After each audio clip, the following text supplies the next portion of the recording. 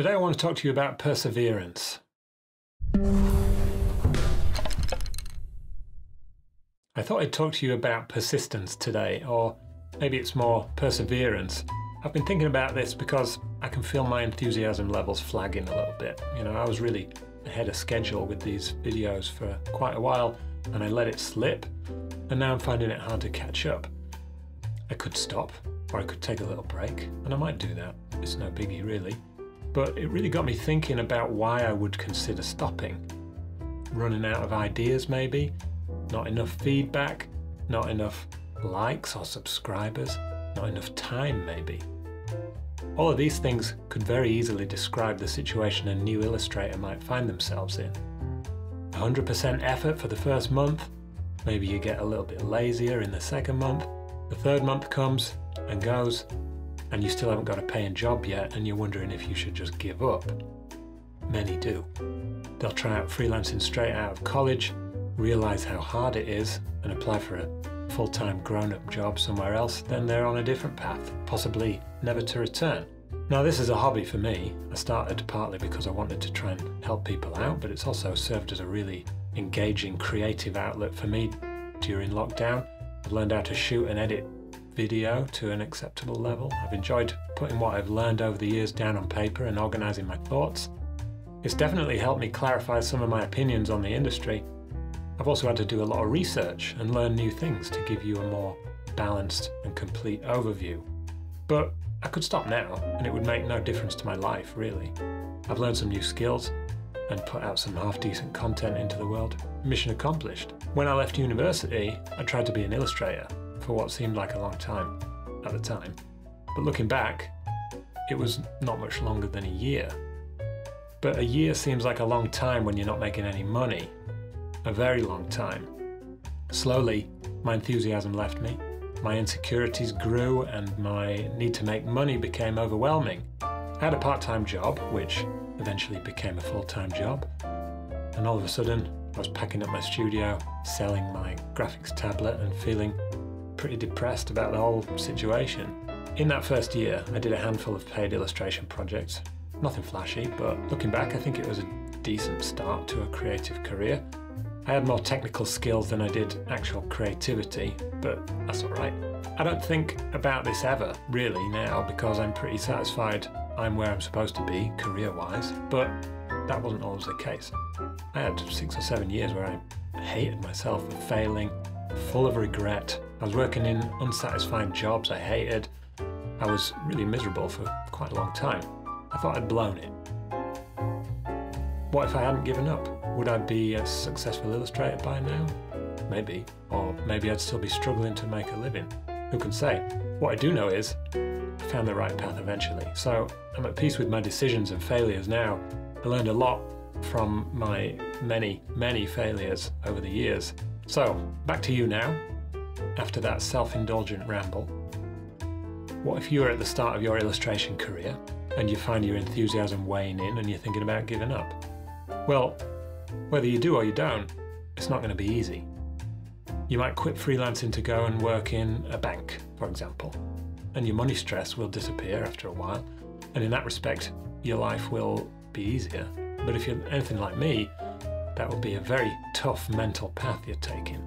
Giving up on your dreams, feeling like a failure, feeling jealous of your peers that are doing well in illustration, feeling like you're not living up to your potential. And that is really difficult to deal with. You'll find the right path eventually, but you'll probably feel just a little bit of regret for quite a long time. Let's look at the alternative. You stick it out, you try and make it as an illustrator. It's going to be hard to make ends meet, at the start at least, potentially for a long time. You're still potentially going to be jealous of your peers that are doing better than you. You'll still feel like a failure at times, and the truth is, you still might never be able to make a good living from illustration on its own. Many will, but just like any competitive field, it's going to be a small percentage that actually make it. So is it worth it? How much do you want it? I don't think I wanted it enough.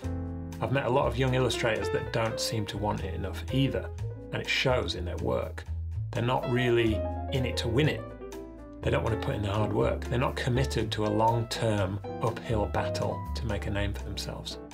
Freelancing isn't for everyone, and being creative on demand is not for everyone.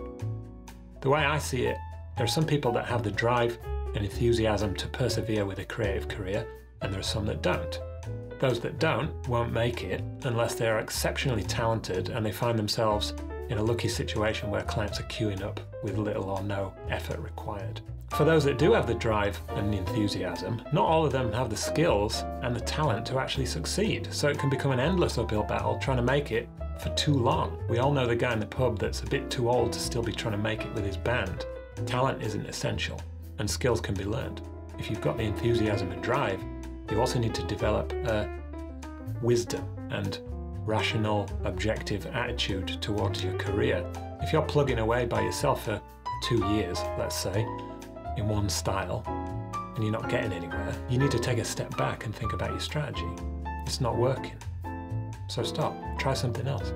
Change your style, take some online classes, get real feedback from people that know what they're talking about and actually put it into practice.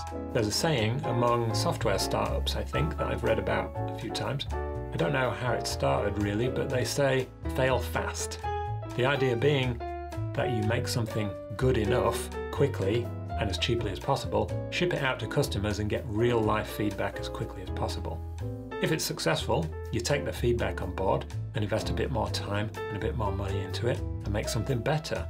If it flops from the start and doesn't make a sale, you drop it and you move on and do something else so you don't waste too much time and money on something that nobody wants. As far as I can tell, that's a pretty smart way of looking at things. It's harsh and it seems pretty counterintuitive to a creatively minded, passionate person. If I were talking to a fine artist, I wouldn't be saying this, but if you're an illustrator, you are a commercial artist. You've got to find your own style and all, but your art needs to be useful and it needs to make money. For someone that's been taught to immerse themselves in creativity and express emotions in their work and all that kind of thing, it probably sounds like pure evil. But do you want to have a successful career or a constant struggle? If you want to have a creative career, you need to be willing to react to the feedback you get, whether you like it or not. If nobody's buying what you're selling, you've got to find another way, otherwise you're wasting your time. You might be the only one that likes your work. This is the rational, objective wisdom I was talking about. If you can see your career with a bit of perspective, with some rational, critical thought, you can find the way forward. Doing the same thing over and over is not moving forward, it's going in circles. This might mean you seek out some portfolio reviews from professionals. It might mean a few online courses to learn some technical skills. It might mean you experiment with a new style or 10 new styles. It might mean you start from scratch. You might need to go away and learn how to draw properly for 3 months. That's where you're really going to need that enthusiasm and drive. This kind of cold, emotionless detachment to your work won't sound all that appealing, I expect, but it really depends on what you're focused on. If you're focused on making it, being a successful illustrator and being rich and famous, then this is going to feel like a major step backwards. You're focused on the end, so the thought of taking a step back is horrifying. But if you're focused on the journey, the process, then this is it. This is an experimental, creative path. If you're focused on being the best illustrator you can be, this is the way. Try some things out. If they don't work, let them go. Try something else. If you can enjoy that process, then you'll be living the dream every day. It's not a quick route to making money, but neither is repeatedly making work that nobody likes. I've got a bit off track here in terms of persistence and perseverance, I think, but throughout that process, you'll need feedback. Feedback from people that are qualified to give you feedback, not friends, not family. I'm talking about professional illustrators, agents, the Association of Illustrators, clients. Get feedback on your work throughout the process, otherwise you run the risk of wasting time because you're not the best judge of your own work. You don't need to make a whole new portfolio of work to get feedback. If you're trying out a new style, you might make 3 images, send them out to clients and professionals and ask for the feedback. If you get negative feedback, try something else. Fail fast. None of this will be wasted time. You're learning new skills as you go. You're doing market research. You're operating like a business instead of being aimless.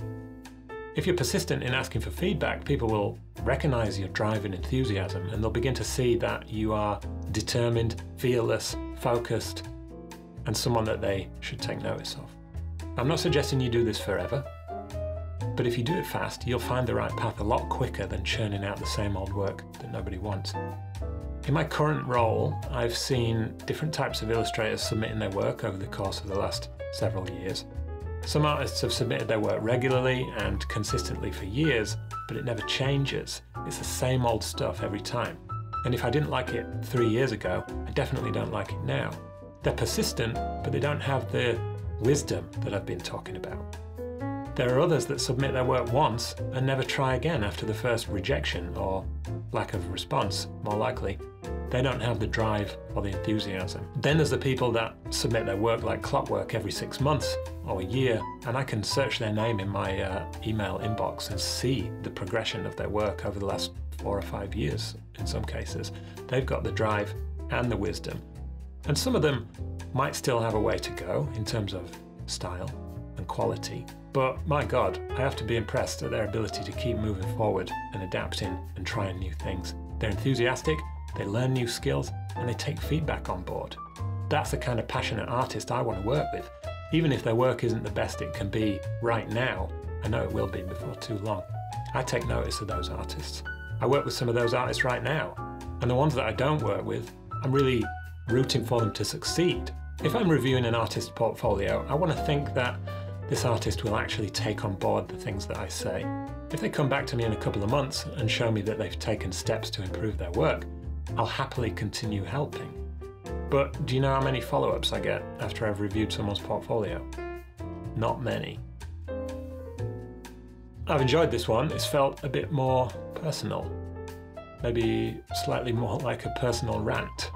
While I was writing this, I definitely did recognise some areas of my life where I've not been as persistent as I should have been. I can also think of some things that I persevere with far longer than I should because I have an attachment to them for some reason. Like my wife. Just kidding. I don't have a wife anymore.